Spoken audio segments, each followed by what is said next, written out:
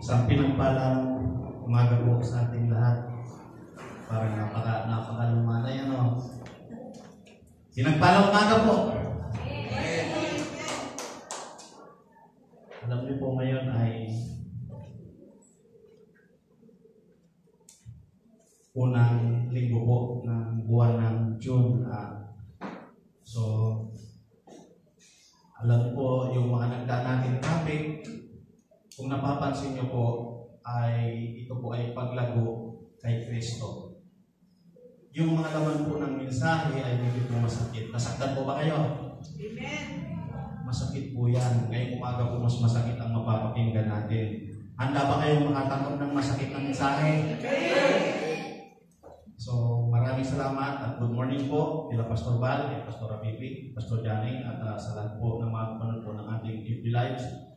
Isa pong pinagpalang umaga. Ngayong umaga po ay tunay nga po na ako ay sa paggagawa ko po ng sermon, napapaisip po ako kasi maski ako po ay masakit ito sa akin. Kung napapansin niyo po doon po sa illustration, laging si Pastor Johnny naglalagay po niya, no? Ako hindi ako naglalagay ng illustration, pero masakit. Kahit walang illustration po na yung picture, pag makita natin yung isang picture na isang malaki ng tao, mama na, no? Tapos meron kang tsupon, ang tawag doon ay? Bunjing. Bunjing po. Sa iba pong picture, illustration, ang ginagamit po nila, yung kahoy na hindi lumalaki. Ang tawag doon ay? Bonsai. Sino sabi na bansot? Kung walang ganoon, masakit dapat bonsai lang para kaya natin kainin o kaya natin nguyain. Makalait naman eh, no? Bonsai lang. Ito maganda-ganda, di ba, no? Meron pong mga word na kahit po masakit na masakit, kapag medyo po yung pagkakabigkas ay medyo mahnaon, kaya po tanggapin. Amen? Meron pong masasakit na mensahe ang Biblia na kapag ang pagsasalita ay direktang tatama, ay masakit po. Masakit po talaga.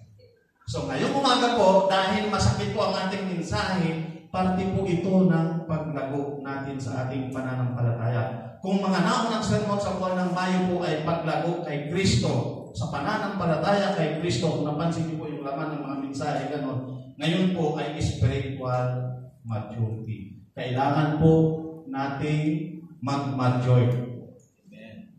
Ang tanong dito, mature na ba tayo? Sabihin mo sa magkatabi mo, mapalad ka kapatid dahil nandito ka sa tabi ko ngayon. Mapalad tayo. Alam niyo kung bakit? Mga kapatid, isa po sa mensahe niyan, ang sumulat ng sabi nila ng mga eskular ay si Apostol Pablo daw. Pero hindi po nila talaga matukoy kung sino pang sumulat ng aklat ng Hebreo. So, iniisip nila na si Apostol Pablo sa pamamaraan ng kanyang pagsusulat, may makasama po iyan na pagsaway, paalala. Kahit na masakit po yung mensahe, ito po ay bilang isang Kristiyano tayo, tatanggapin natin na ito na isa pong paalala para sa atin. Amen. Ang bawat mensahe po na masakit para sa atin, isipin po natin na ito po ay paalala sa atin ng Diyos. Kasi po, tayo bilang tao, minsan po, ang pagkakaintindi o pagkaunawa natin sa ating sarili, minsan iniisip natin ay tama. Pero sa pamantayan pala ng Diyos, ay hindi. Meron pong ganoon. May mga desisyon po tayo na akala natin minsan tama, pero sa pamantayan pala ng Diyos, ay hindi. So, titingnan po natin ngayon, ano ba yung masakit na mensahe na yan? Ang ating pong text ngayon ay mababasa po natin sa Hebrew chapter 5 verse 11 hanggang 14. Tayo po tayong lahat, sabay-sabay po natin basahin. Sige po. Ang sabi po dyan,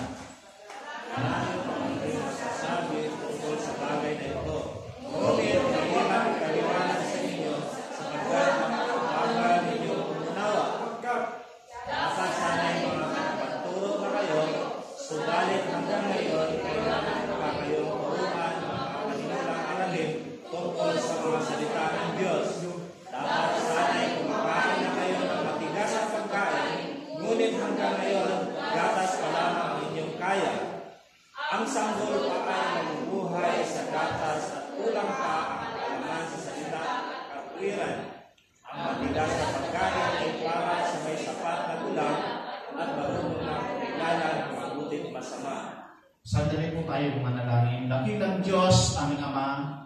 Salamat po sa mensahe na namin pong nabasa sa umagang ito.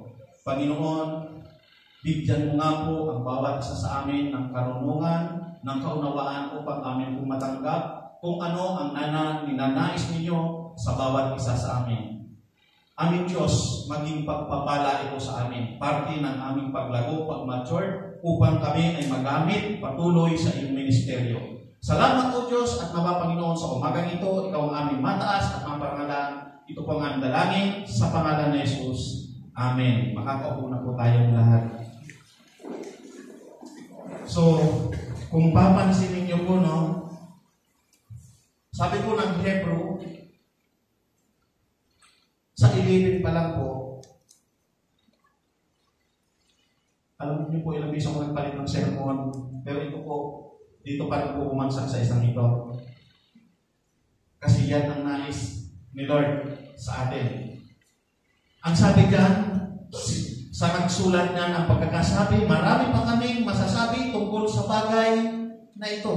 Marami daw pwedeng sabihin. Ngunit mahirap ipaliwanag sa inyo sapagkat ang sabi, napakabagal ninyong umunawa. Masakit, di ba? Sabi ng sumulat, hindi po ako yan. Dahil po yan, makabasa po natin. Ang totoo po, lahat po tayo ay may kahinaan. Tuwing po akong mananalangin, tuwing gagawa po ako ng mensahe, lagi ko pong hiningi kay Lord yan. Kasi ang totoo, maging ako, ang sabi ko kay Lord, kulang po ako sa kaalaman. Kulang po ako sa kaunawaan. Ang bawat isa po sa atin ay mahina. Kaya kailangan natin ang Diyos. Amen. Kailangan natin si Lord. Kaya isa po sa ina-encourage ko po sa bawat isa, no, kahit anong kaabalahan natin sa buhay, kung ano man mga ginagawa natin, ugaliin po natin magbasa po ng Biblia. Ugaliin po natin makipag-usap kay Lord. Sa pagbabasa po ng Word of God, sa salita po ng Diyos, sa Biblia, nakikipag-usap po tayo kay Lord. Sa ating pong pananalangin, nakikipag-usap po tayo kay Lord. Bakit kaya kailangan? Ipati po ito ng ating buhay. Kung meron po pagkain ang physical nating katawan, ano po? Sino may hilig ditong kumain ng masasarap na pagkain? Sige po.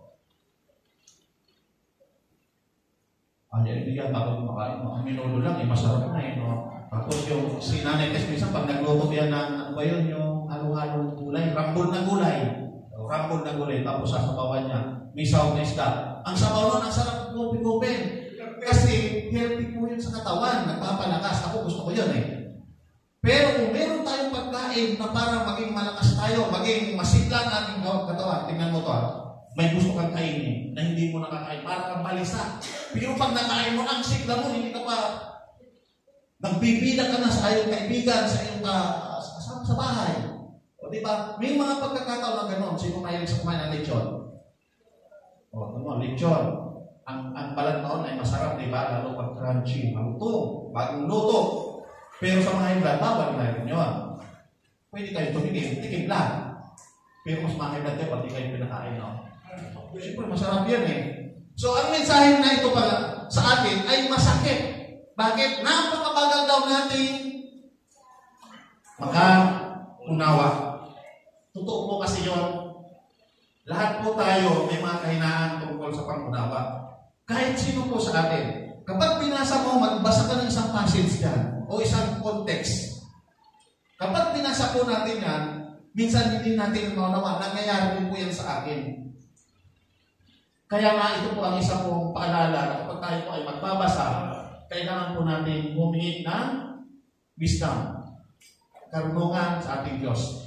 Kasi hanggat hindi natin po hinihingi, ipinagkakatiwala, at hindi natin tinatanggap sa sarili natin na tayo ay mahina at walang alam, hindi po na lang natin maintindihan. Hindi po natin maunawaan. So, ang sabi ng nagsumulat dito, mabagal daw tayo umunawa. Ang pagkain daw na matigas, yung pagkain na matigas ay para sa may sapat na gulang. Tama? Kasi ang sanggol na sinabi dyan, yung baby pa, dapat gatas. Di ba, no? Pero kung yung illustration doon, mama na siya, malaking tao na siya, tapos may chupon, bunching ang tawag, tapos may chupon, kung gatas pa yun. Akma ba yun doon? Siyempre hindi, no? Hindi. Yun ang ipinapakita doon sa mga baby. Ngayon, kapag sinabi na tayo ay baby pa o sanggol pa sa pananampalataya, ang kailangan natin ay gatas. Yung baby, yung mga wala rin may asawa, no? Wala rin may anak na baby pa, no? Kapag ang anak nyo ay maliit pa, sanggol pa siya, ang kanyang ugali, pagdating ng oras na nagutom siya, maghahanap siya, iiyak siya, kailangan na ng gatas.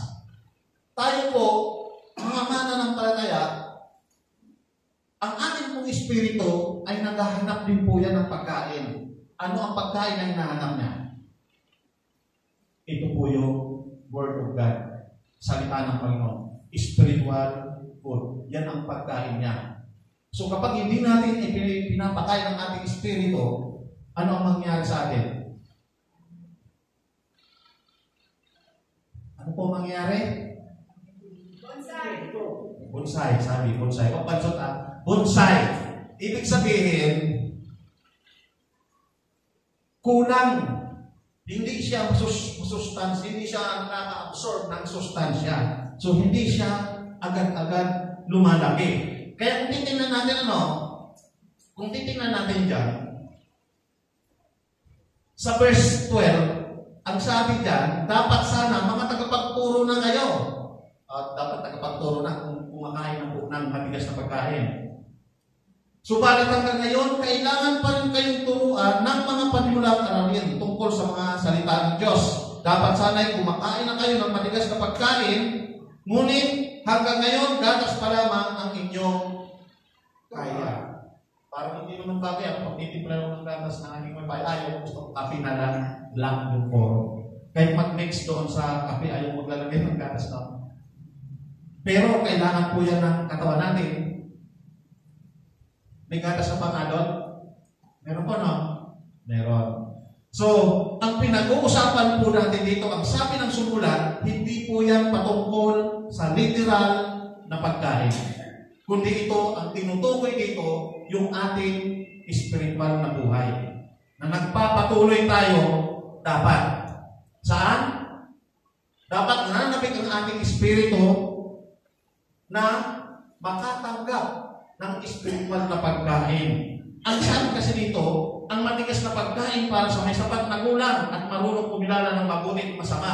Ibig sabihin po, yung mga matitigas na pagkain dapat na kinakain natin kapag matatagal na tayo. Pag matatagal na po ang tinatawag kong baby o sanggol, pag bago pa lang. Pero pag matatagal na, ang sabi na dapat matitigas na ang ating kinakain. Ano ang nais ipakita nito sa atin? At paano natin malalaman na isang Kristiyano ay sanggol pa o matured na? Una po, ang sabi dyan, pakilagay mga kapatid, ang sabi dyan sa verse 11 hanggang 30, ang sabi, mabagal o munawa. Number 1 po. O kaya, baby pa. Okay lang, baby face. No? Sino mga maraming baby face dyan? Kahit na medyo may edad na ay parang hindi siya tumatanda. No? So, ang sabi dyan, ang una, mabagal o munawa. Doon daw makikita kung matured na o hindi pa. O baby pa. Ang palatandaan ng baby pa ay mabagal pang umunawa. Titingnan natin mamaya. Ang sabi, marami pa kaming masasabi tungkol sa bagay na ito, ngunit mahirap ipaliwanag sa inyo sapagkat napakabagal ninyong umunawa. Dapat sana'y mga tagapagturo na kayo, subalit hanggang ngayon, kailangan pa kayong turuan ng mga panimulang aralin tungkol sa mga salita ng Diyos. Dapat sana'y kumakain na kayo ng matigas na pagkain, ngunit hanggang ngayon gatas pa lamang ang inyong kaya. Ang sanggol pa ay nabubuhay sa gatas at kulang pa ang kaalaman sa salita ng katwiran. Kapag sanggol pa po ang isang Kristiyano, dapat naghahanap po siya naghahanap. Ano po dapat ang hinahanap niya? Ng gatas. Ano po yung gatas na yun? Gatas spiritual po ang tinutukoy na yun. Lahat po tayo tumaan sa ganong yung stage po. Kahit ako po noon, kaya nga yung mga nag-aaral po ng discipleship ngayon, itong mga estudyante na to, matatalino na sila. Marami na rin nila alam. Mabilis matuto. Noon ako, nag-uumpisa, panay ako zero. Sa exam, kasi may exam din po, ang nagdi-disciple po talagang normal po. Parte ng pagdi-disciple, kailangan merong exam para malaman kung nagtuturo kung tayo po ay may natututunan. So ako po noon, laging zero. Pero pinagpapasalamat ko yung kay Lord. Bakit? Dahil noon, nagsikap din ako mag-aral, magbasa. Ganoon po tayo. Ang mga estudyante sa school, kahit na tinuturuan sila, nagsisikap sila na mag-aral. Bakit? Kailangan nilang pumasa.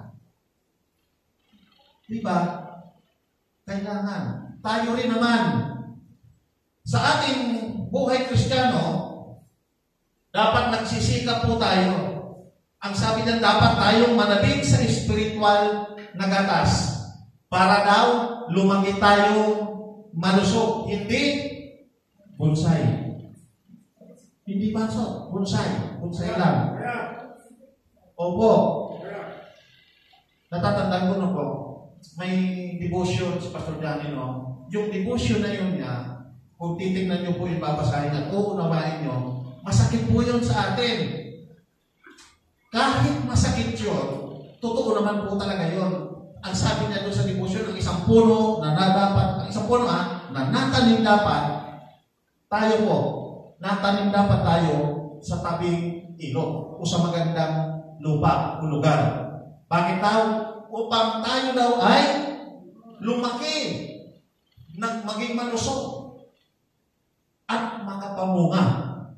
Yung mga puno na yung tinutukoy po noon ay tayo. Ginawa lang po siya halimbawa roon ng isang puno. Ayon po yun sa mga parabol na pagtuturo ng Biblia. So ang makakaunawa nito, mauunawaan natin dahil sa ating ibinigay ng Diyos. Binigyan tayo ng karunungan, ng kaunawaan. Dapat tayo ay natanim sa matabang lupa. Kaya ang sabi nga doon sa ibang mga pagtuturo, dapat daw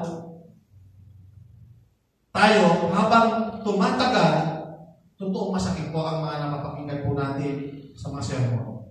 Sa halip, kaya po natin dapat ito tanggapin. Bakit?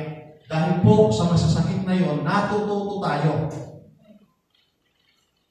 na kung ano ang layunin ng Diyos.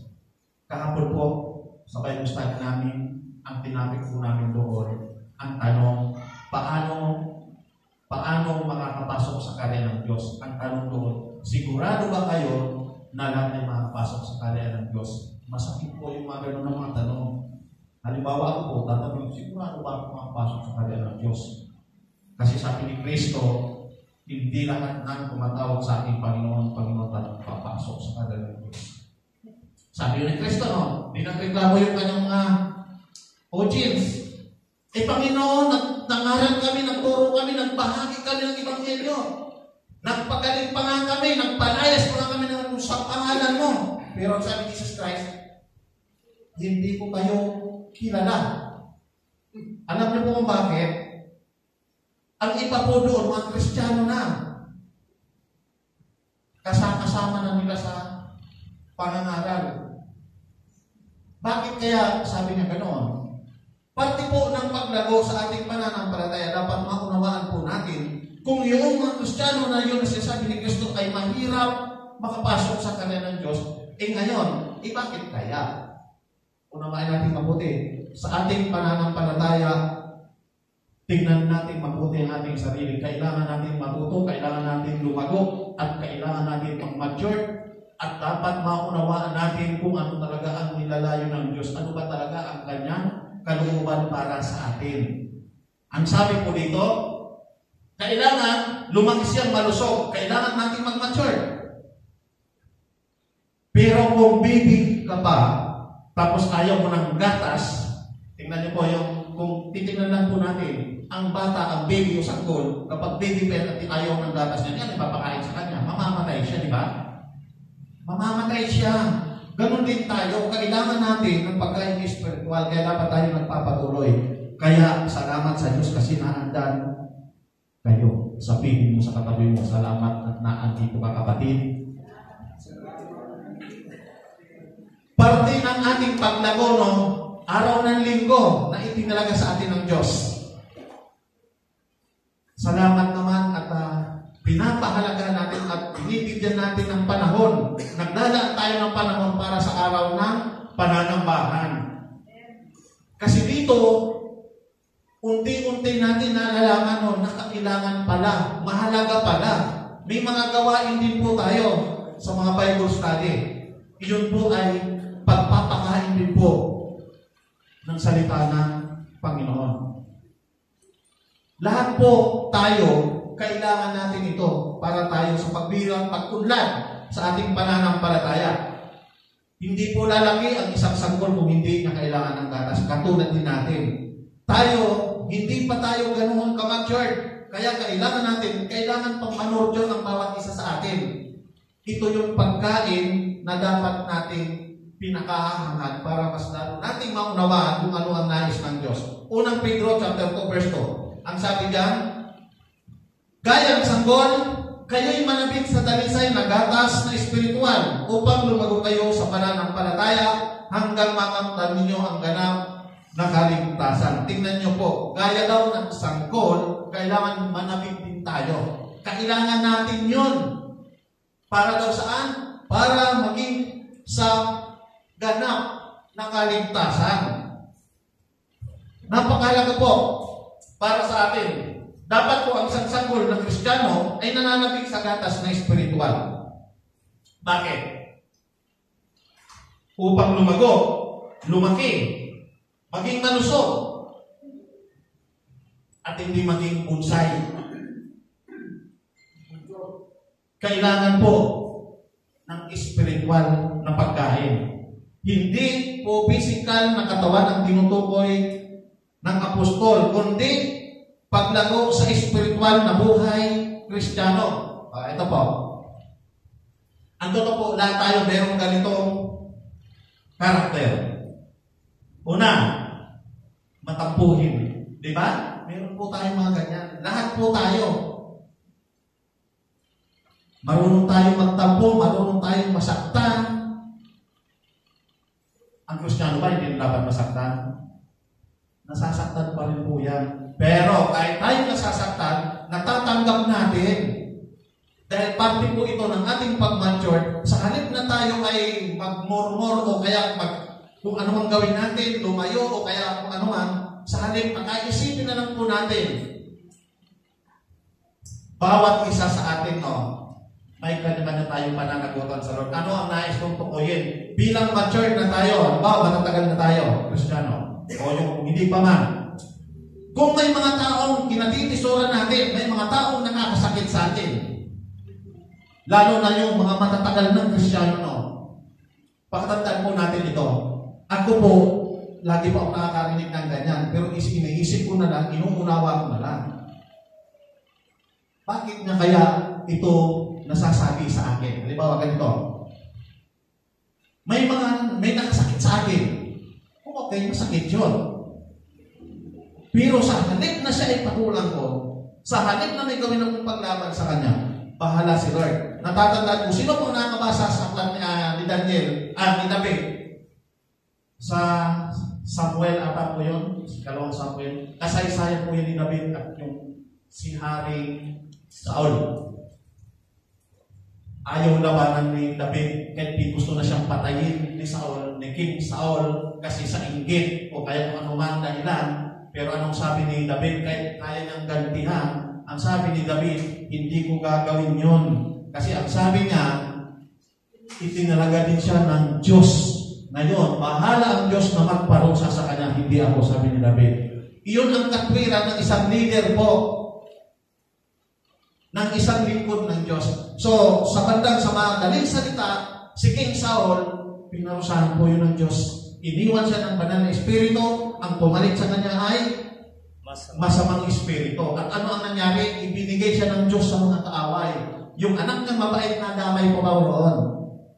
So napakahalaga po sa atin pananampalataya. Parte po ito ng pag-mature. Kailangan maunawaan natin na hindi po mawawala yung mga ganitong pagkakataon sa buhay natin. Bawat isa sa atin, maaaring may makataong makapagpahina sa ating pananampalataya. Maaaring isipin natin, hindi na lang ako sisimba.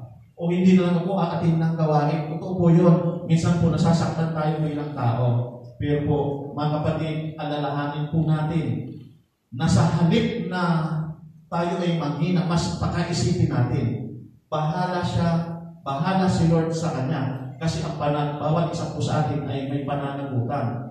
At mayroon po tayong kanya-kanyang relasyon kay Lord. At alam ni Lord kung ano ang nasa puso natin. At alam ni Lord kung anong ginagawa natin. At kung ano ang motibo ng bawat isa sa atin. Ang Lord laging nakabantay. At alam niya kung ano ang ating hinahangan. At kung ano ang ating hinanais. Alam niyo po mga kapatid, maraming bagay, yung mga bagay na masasakit sa atin, minsan, ito po yung nagpapalakas sa atin. May isa po ako sa inyong kukwento. Ako po, ang pamilya ko po, noong una, binata pa ako, nakaranas na po ako ng ganitong mga pananambahan at naranasan ko rin po may sling po, binata pa po ako. Pero, natatakot ako sa mga panahon na yun at hindi ko siya maintindihan. Sa madaling salita, sa lugar namin, may hindi magandang nangyari sa pamilya ko, sa aking mga magulang. Namatay ang nanay ko noon, nagkasakit siya ng leukemia. Namatay siya, sa madaling salita. Makalipas ang ilang taon, ang tatay ko naman ay pinatay. Dahil po yan sa lupa. Ang pagsubok na napakatinding dumaan sa aming buhay ay hindi naging madali. Kaya kung sabi ko nga, bilang isang mature, tanungin natin ang sarili natin. Pag may nakagawa sa atin ng hindi maganda, pag may nagturo about forgiveness, dapat nangyari ko sa buhay niya. Napakahirap po pagdating doon sa forgiveness. Yung repentance nga lang, in forgiveness, alam mo, ikaw ay hihingi ng tawad sa mga nagawa ng kasalanan, mahirap. Mahirap na. Pero bilang isang Kristiyano na tayo ay lumalago, dapat kaya natin gawin yon. Yung forgiveness, yung pagpapatawad sa nagkakasala sa atin. Minsan nga, hindi pa nga tayo nagawa tayo pa ang lumalapit. Alam mo kung bakit sinasabi ko to? Marami pong tagapagturo pagdating po sa forgiveness, idinidiin na yan, patawarin nyo ang nagkasala sa inyo. Pero pag dating po sa labas, hindi po yan nagagawa. Alam mo kung bakit ko ito sineshare sa inyo? Ang tatay ko po, nung pinatay siya, ito po ang nasabi ko noon. Saan man magkitang lugar, kapamilya kahit sino sa kanila, kasi yung nakapatay sa tatay ko sa galit ko noon, nagbigay din ako ng ganong salita, nagaganti ako. Pero yung matay sa tatay ko, lumipas lang malamang 2 taon na matay. Marami kong tumubong sa katawan. Napagpintang tuloy ako. Ipinangkulang ko daw. Hindi naman ako ganun ba? Alam sa kanila, wala akong kakilalang ganun. Nandito ako sa Maynila noon. So namatay. Pero yung galit ko, hindi nawawala pa yun. Kaya sabi ko, kahit masino sa pamilya noon, babawian ko. Pero anong ginawa ng Lord sa buhay ko? Tinawag niya ako sa paglilingkod. At yung mga anak noon ang pumatay sa tatay ko nung nagpunta rito, pumunta sa bahay. Umiiyak ako, sabi ko, kamukha ng tatay, umiiyak ako. Kahit pitik, hindi ko mapitik. Alam ko bakit? Kasi si Lord, yung galit ko nawala na. Sa halip na gankan ko siya, niyakap ko na lang sila. Anong nais ko ipakita sa inyo? Kaya niyong magmahal ng kaaway? Mahirap po yun. Pero bilang Kristiyano na tayo ay lumalago sa pananampalataya, nagagawa natin magpatawad at magmahal ng kaaway. Ang isa pong ministeryo, lalo na po sa iglesia ito po, maaari pong maraming gawin si Taning. Marami pong gawin ang kaaway upang tayo ay guluhin. Ang isang palagong iglesia, hindi rin titigil si taling sa panggugulo. So, tandaan po natin, ang isang iglesia dapat nagkakaisa. Sa pananalangin, sa gawain, ang puso dapat natin ay isa. Alam mo kung bakit? Iisang Diyos tayo, iisang Espiritu at iisang pananampalataya. Dapat tayo ay magpapatuloy, magmamatured. Marami po tayong kahinaan. Ang ikalawa, tingnan po natin. Matigas na pagkain para sa may sapat na gulang. Ang sabi po dyan sa 14, ano po?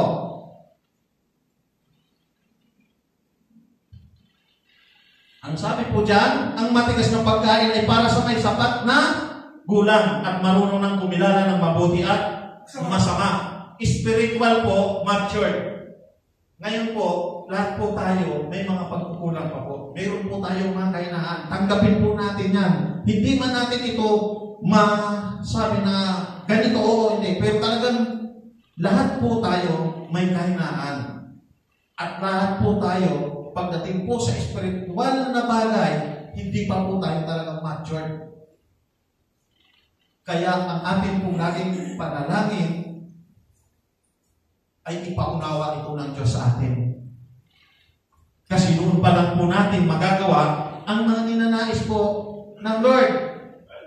Ang sabi po dyan, makikita ito sa isang Kristiyano kung kaya na niyang kumain ng matigas na pagkain na dapat nating ginagawa. Kaya nga ang sabi sa Hebrew chapter 6 verse 1 hanggang 3, ang nakalagay po dyan, kaya't iwanan na natin ang mga panimulang aralin tungkol kay Kristo at magpatuloy na tayo sa mga aralin para sa mga may sapat na pang-unawa. Ang sabi, tigilan na natin ang muling paglalagay ng pundasyon tungkol sa pagtalikod sa mga gawang walang kabuluhan at tungkol sa pananampalataya sa Diyos, tungkol sa mga iba't ibang seremonya ng paglilinis at pagpapatong ng mga kamay at tungkol sa muling pagkabuhay ng mga patay at sa hatol na walang hanggan. Magpatuloy na tayo at yan ang gagawin natin kung lulubin ng Diyos. Magpatuloy tayo. Ibig sabihin, iwanan na yung mga panimulang aralin. Tayo po, unti-unti po, dati po iniiwasan ko rin pong gawa ng sermon ng ganito. Kasi sa mga nakaraang mga taon noon, talagang puro po masasakit ang lumabas ng mga sermon. Pero, ako po, sa akin lang, kahit nasasaktan ako, tinatanggap ko po iyon. Kasi ang parte po ng ganitong mga word o sa pagsasalita ng Biblia sa Biblia, yung mga sinasabi na masasakit, ito po yung magpapatibay sa atin. Bakit? Totoo naman kasi. Sabi mo sa kanya, totoo naman kasi. O tayo magtanggi, totoo po yan. May mga nagagawa po tayo na hindi angkop sa sinasabi po ng Biblia. Napakahirap po minsan. Ang sabi dito, dapat magpatuloy na tayo sa mga aralin para sa may sapat na kulang. So, lahat dapat ng bagay nauunawaan natin.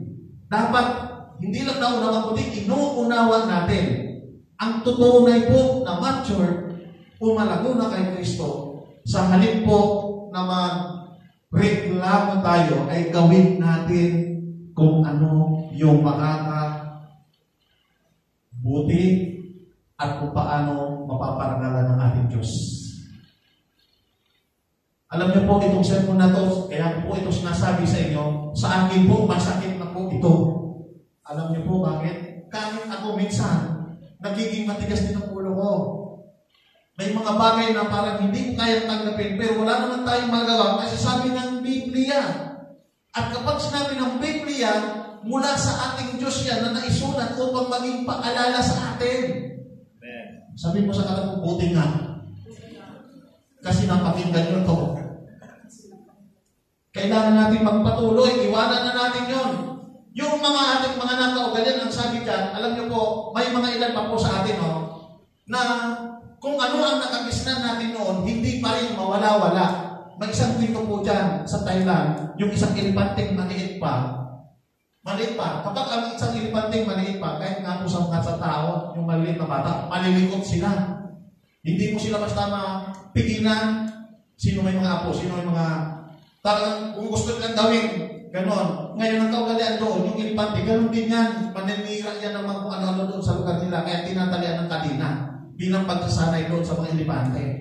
Kadina po yan. Siyempre, pag umalis siya, masasaktan siya hanggang masugat yan dahil nagwawala. Gusto niyang malaya siya. Pero nung tumagal lumaki siya, nung malaki na siya, kahit ang itali sa kanya manipis lang o maliit na tali, hindi niya na ginagawa kasi nasa isip niya, masasaktan siya.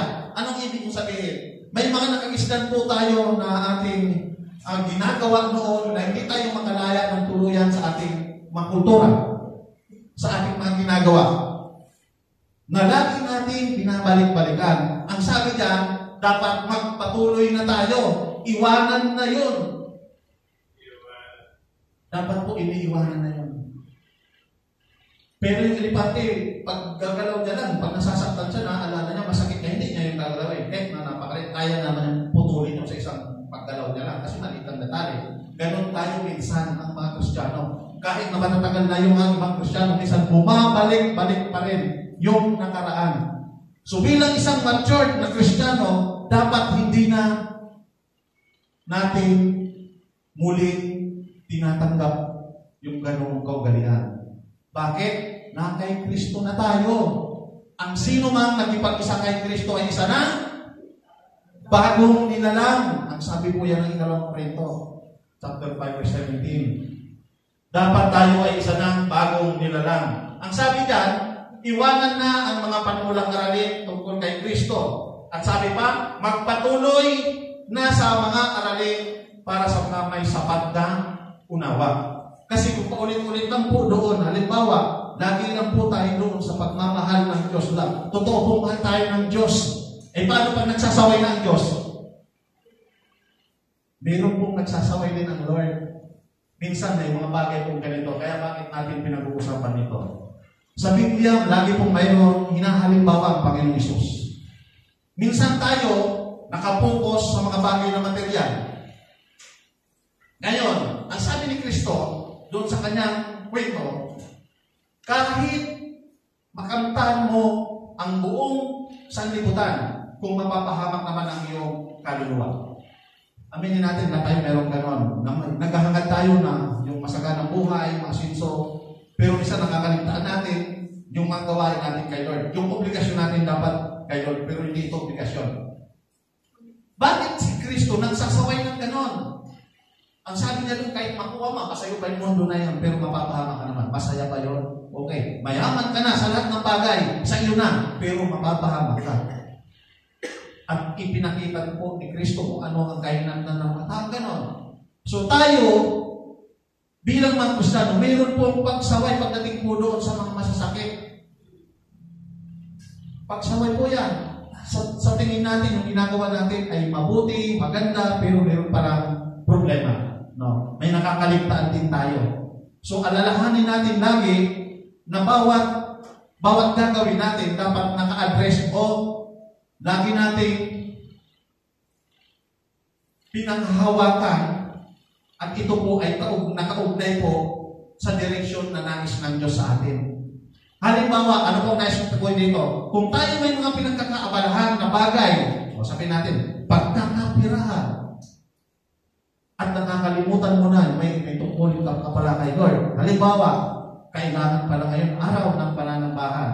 Bilang mga matured na tayo, kailangan kong magpasalamat, sumamba kay Lord ngayong araw na to, dahil ngayon ay araw ng linggo.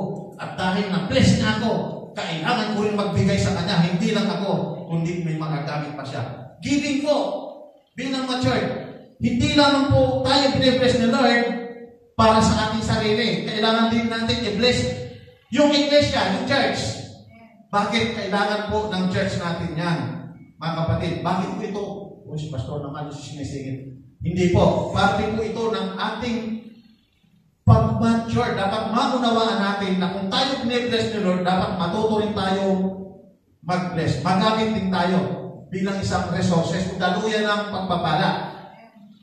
Alam niyo, kayo mga kapatid sa mga nabibless dito, no? Financially.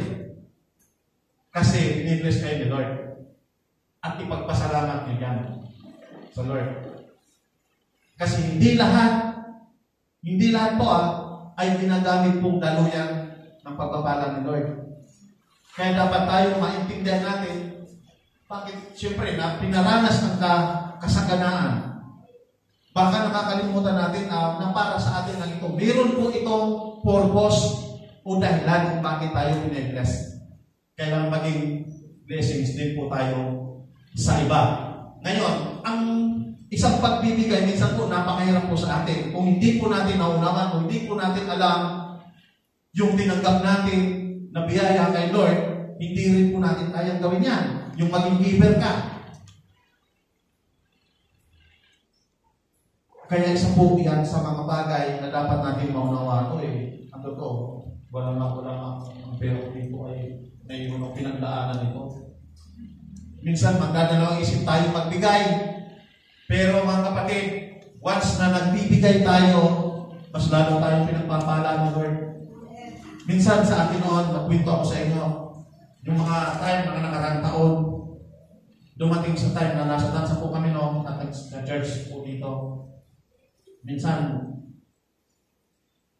kami maayos lang tingnan, mag-dismiss, hindi mo kami mapapansin na kami ay naghihirap. Siyempre, anak tayo ng Lord di ba? Kahit nga wala akong pera, hindi ko sasabihin sa inyo noon, wala akong pera, wala kayo makahinig, gano'n. Asan yung faith ko noon? Kaya ang pray ko, Lord, kung naman akong ipaya, anak mo ko Manggagawa mo ko, likod mo ko. Pero si Lord, bahala siya kung sino magagawin niya, magpapahala sa iyo. At meron lagi niya, kaya salamat sa buhay ng mga tao yun. Hindi ko siya sabihin.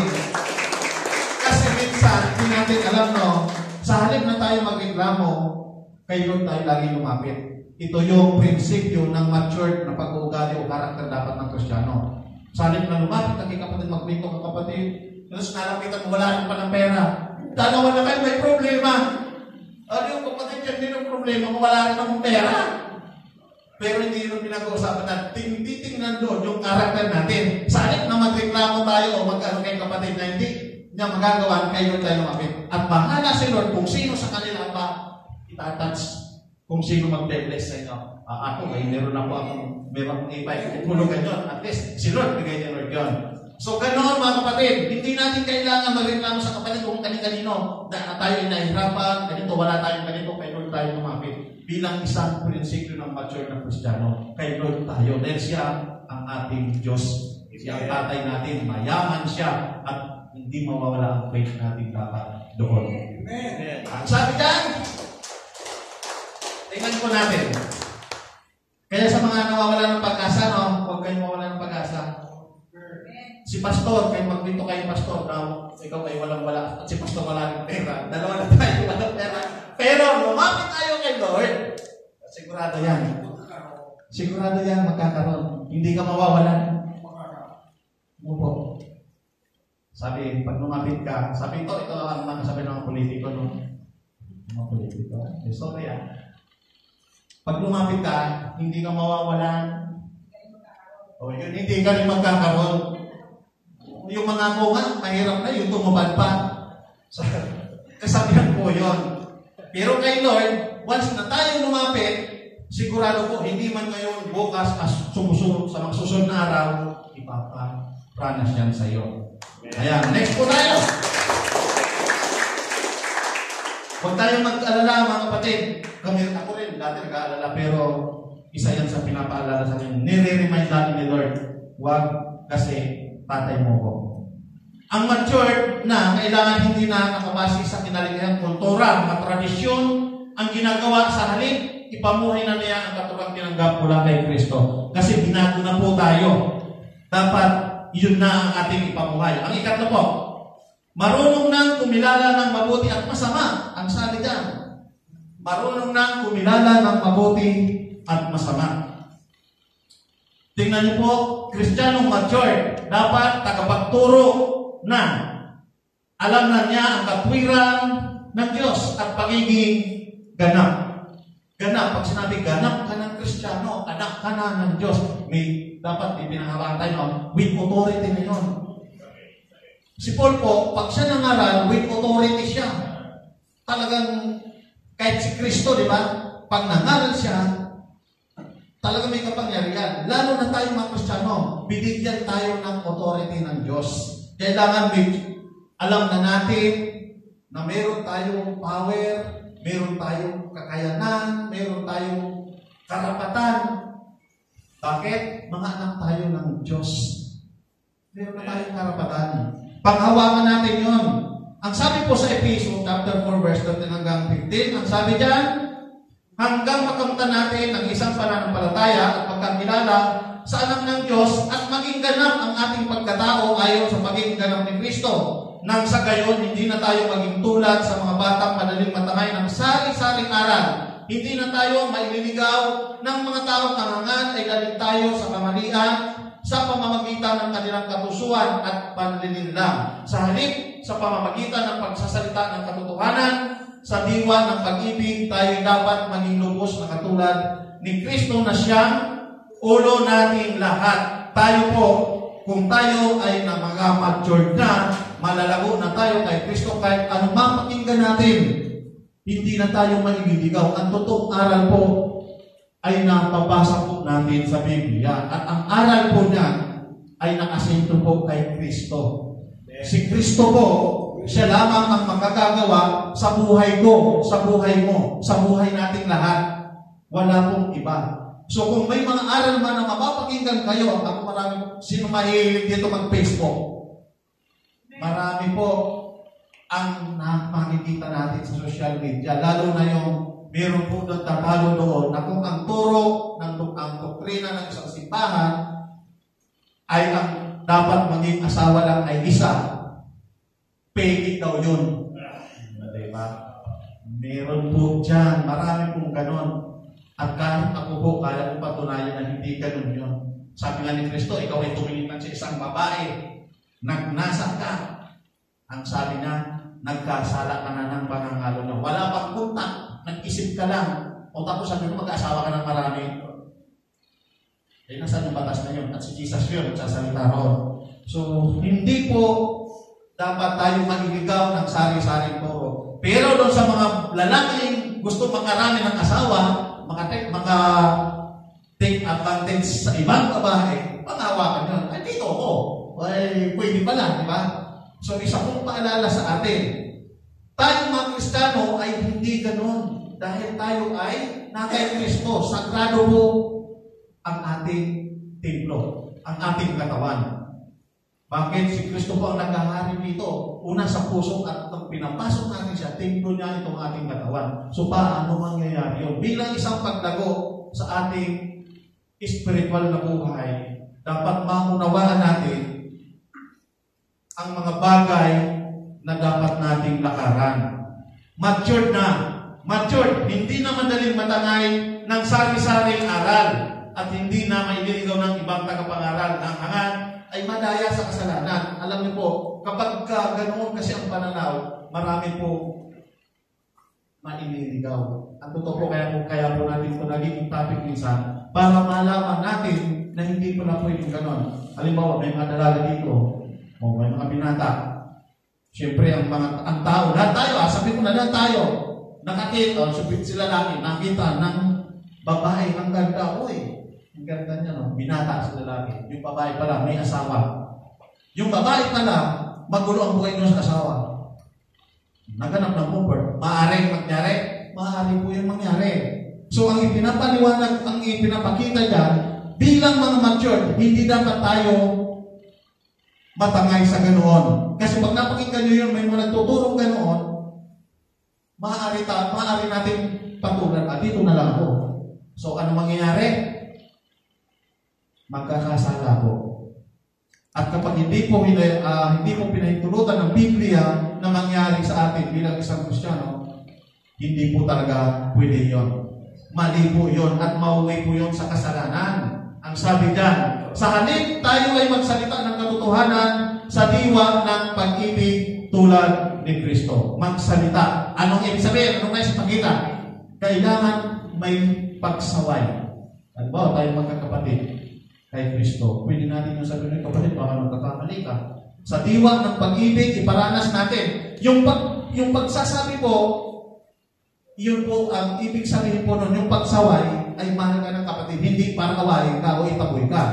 Pero meron naman pong yung iba kasi, hindi naman sinasabi, pinaparinggan lang, o kaya sa iba, ang pinakamaganda po kasi, kung tayo may napansin sa ating magsama sa kapatid, mga kapatid, mas maganda sa buhay, baka maling kakamali ka din, kapatid. Paalala na kay Kristo tayo. Ano man gagawin natin, lagi po dapat nakaayon po doon sa nais ng Diyos na lakaran natin. Conclusion po. Ayan. Binibigyan din ng sumulat ang pangangailangan para sa mga Kristiyano na lumago sa kanilang pananampalataya at pag-unawa, kakayanang makilala ang mabuti at masama sa pamamagitan ng patuloy na pagsasagawa ng pakikipag-ugnayan sa salita ng Diyos. Ano ba ang nais po natin? Ang nais pong ipasabihin ng sumulat po. Dapat nagpapatuloy tayo na nakikiisa sa mga fellowship, sa pag-aaral ng salita ng Diyos, sa mga ganitong gawain. Dapat wag nating hahayaan. Kasi minsan lang may manaminis tayo, kulang po sa buhay natin yon. Isa pong bagay na napakahalaga na dapat pinagtutuunan natin ng pansin. Pakikipag-ugnayan sa Diyos, napakahalaga po nito. At higit sa lahat, ang sabi, iwanan na ang mga panimulang aralin at magpatuloy na sa mga aralin para sa may sapat na pag-unawa. Magpatuloy po tayo, mga kapatid. Ito pong mensahe, kahit na masakit, pinapatawa ko lang po kayo.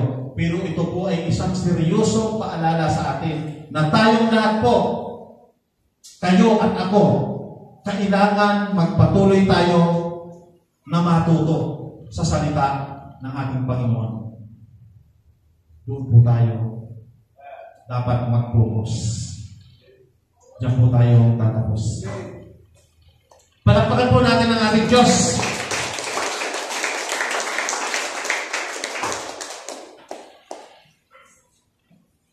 Tayo po tayong lahat. Awit po tayo ng isang awit.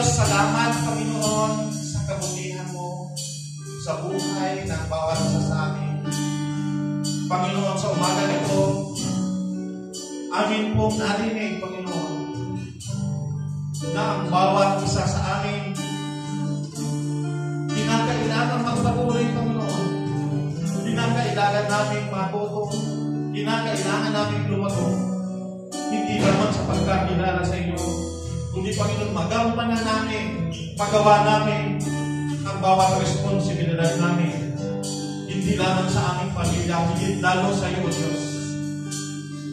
May mga ipinagkatiwala ka sa bawat buhay na aming gampanin, Panginoon. Aming Diyos, kami ay mahina, kaya naman sa mga oras na ito, Panginoon, amin kong tinatanggap ang iyong pagsama, Panginoon, ang iyong pagpapaalala, ang iyong pagtuturo, ang iyong pagtutuwid sa bawat nagagawa namin, Panginoon. Hindi namin kaya na lumakad, Panginoon, sa mundong ito sa kabila ng mga kaguluhan, Panginoon. Hindi lamang sa aming komunidad, Panginoon, sa nangyayari, Panginoon, sa aming bansa. Aming Diyos, bilang iyong mga anak, bilang iyong mga lingkod, Panginoon, patuloy mong ipaunawa sa amin na kami ay dapat na maging isang modelo, maging isang ilaw, Panginoon, na iyong isinugo upang amin, Panginoon, na ama ipakyan, Panginoon, ipakita sa mundong ito, Panginoon, na kami ay iyong mga anak. Salamat na po, Panginoon. At sa umaga nito, Panginoon, amin na pong tinatanggap ito. Salamat. At ang bawat isa, ang bawat kahinaan, iyong palalakasin. Ang bawat pagsubok, Panginoon, na pinagdaanan, ipauunawa ko na mayroong dahilan upang kami mag-mature at magpatuloy, Panginoon, sa paglilingkod sa iyo. Aming Diyos, ikaw ang aming kalakasan, ikaw ang aming tagapag-ingat. Salamat, Panginoon, sa umaga na ito. At nawa, ikaw ang aming nataas at naparangalan, at ito po ang aming nalangin sa pangalan ni Jesus. Ang lahat ay magsabi na, Amen!